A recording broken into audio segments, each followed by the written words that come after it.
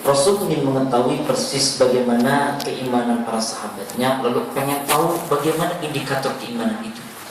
Sahabat pun kemudian menjawab, pagi ini benar-benar kami dalam keadaan sabar dengan semua bala ujian dari Allah Subhanahu wa Ta'ala.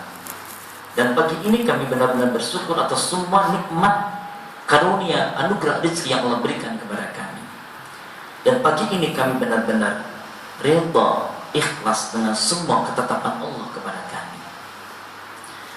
Lalu Rasul pun mengapresiasi jawaban sahabat ini. Antumul mu'minuna haqqan. Kalian benar-benar dalam keadaan iman yang benar. Berarti indikator keimanan Rasul membenarkan itu ketika paling tidak ada pada diri kita. Sabar dengan semua ujian dari Allah Subhanahu wa Ta'ala, mau bersyukur atas semua nikmat Allah Azza wa Jalla, dan ikhlas dengan semua perjalanan takdir yang Allah berikan kepada kita. Baik, jika ini benar-benar ada yang mendasari kita berpuasa di bulan Ramadan ini, maka insya Allah sebuah langkah kaki, satu pijakan sudah kita dapatkan. Insya Allah Allah akan ampuni kita.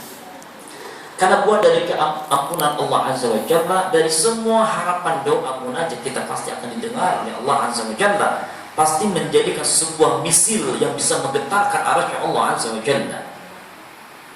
Tapi tidak cukup hanya dengan iman. Perhatikan, man sama wa man qama imanan wa ihtisaban. Kalimat ihtisaban yang banyak kemudian para ahli muhaddisin menafsirkannya sebagai kata dan kalimat ikhlas. Kalau puasanya ikhlas, maka insya Allah menjadikan dampak puasa kita terampuninya dosa kita. Bagaimana gambaran ikhlas? Baik, kita ingin menyampaikan hal ini terkait perang yang kelak nanti akan terjadi saat kita berada di hari pengadilan Allah Subhanahu wa Ta'ala, di mana kita langsung berhadapan Allah Azza wa Jalla. Ternyata kelak nanti di hadapan Allah kita akan digolongkan dengan golongan-golongan kita. Pertama, golongan yang dihadapkan dan disodorkan kepada Allah adalah golongan yang mengaku dirinya seorang yang bersyahid, syuhada yang mati dalam keadaan berperang di jalan Allah Subhanahu wa Ta'ala. Allah bertanya kepada golongan ini, man antum, siapa kalian? Kami adalah orang-orang yang telah mempertaruhkan nyawa kami di medan laga saat kami jihad di jalanmu. Allah ingin mengetes bagaimana keadaan motivasi dari hambanya itu. Atas dasar apa kalian berjihad, menjadikan diri kalian syahid di jalanku? Tentu atas dirimu ya Allah, jawaban dari golongan itu. Allah yang tahu persis bagaimana apa yang tersembunyi, apa yang menginspirasi, dan apa yang menjadi motivasi dari setiap hambanya. Hal yang tidak diduga oleh golongan yang syahid ini, Allah menyampaikan, kadzabta, bohong kamu. Kadzabta, dusta engkau. 3 kali Allah sampaikan kalimat itu. Dusta, bohong kau lakukan itu karena aku. Engkau melakukan itu, engkau syahid karena engkau ingin di dunia orang mengenal dirimu sebagai seorang yang syahid. Dan engkau mendapatkan itu, orang mengenalnya, dan sudah kau dapatkan ketika di dunia.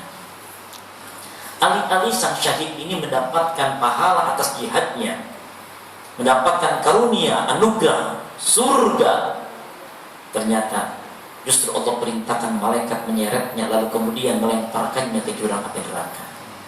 Na'udzubillah, tsumma na'udzubillah. Golongan pertama dihadapkan kepada Allah, menyusul golongan kedua. Siapa kalian?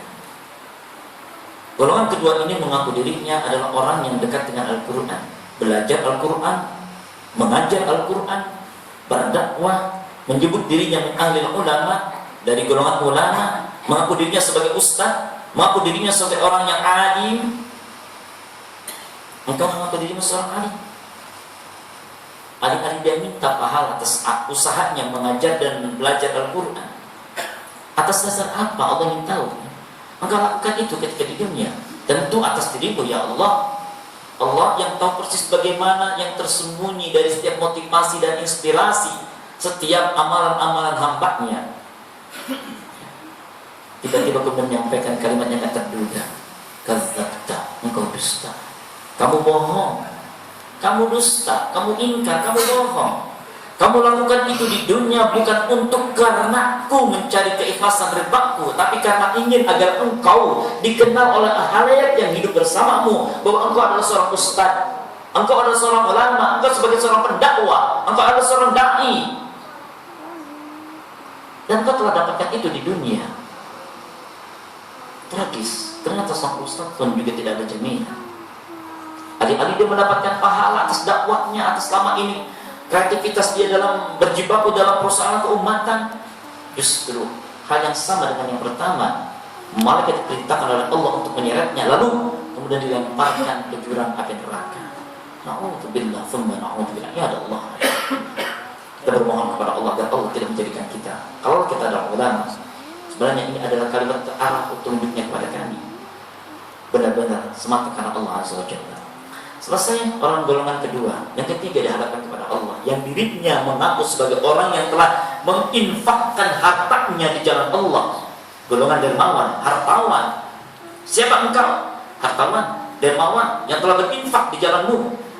Atas dasar apa? Karenamu. Allah yang tahu persis bagaimana apa yang menjadi setiap inspirasi dan motivasi, apa yang menjadi niatan dari segala amalnya. Tiba-tiba mengatakan kata, engkau bohong, engkau dusta, engkau bohong, engkau dusta. Kau lakukan itu di dunia agar orang mengenalmu sebagai orang yang baik hati, dermawan, hartawan, munfiqin, muhsinin, muzakki. Dan kau cuma mendapatkan itu di dunia, bukan karena aku. Alih-alih mendapatkan pahala, malaikat pun kemudian menyeretnya lalu melemparkannya ke jurang api neraka. Kata iman yang dirahmati Allah Azza wa Jalla, ini adalah sebuah fragmen yang ternyata menjadi kisah yang diceritakan oleh Imam Muslim, menjadi bagian dari hadis tadi yang tidak bisa kita tolak. Allahu Akbar. Dari kisah ini menjadi pembelajaran hebat bagi kita semua. Haruslah atas semua aktivitas peribadatan yang kita lakukan semata kita serahkan kepada Allah Azza wa Jalla.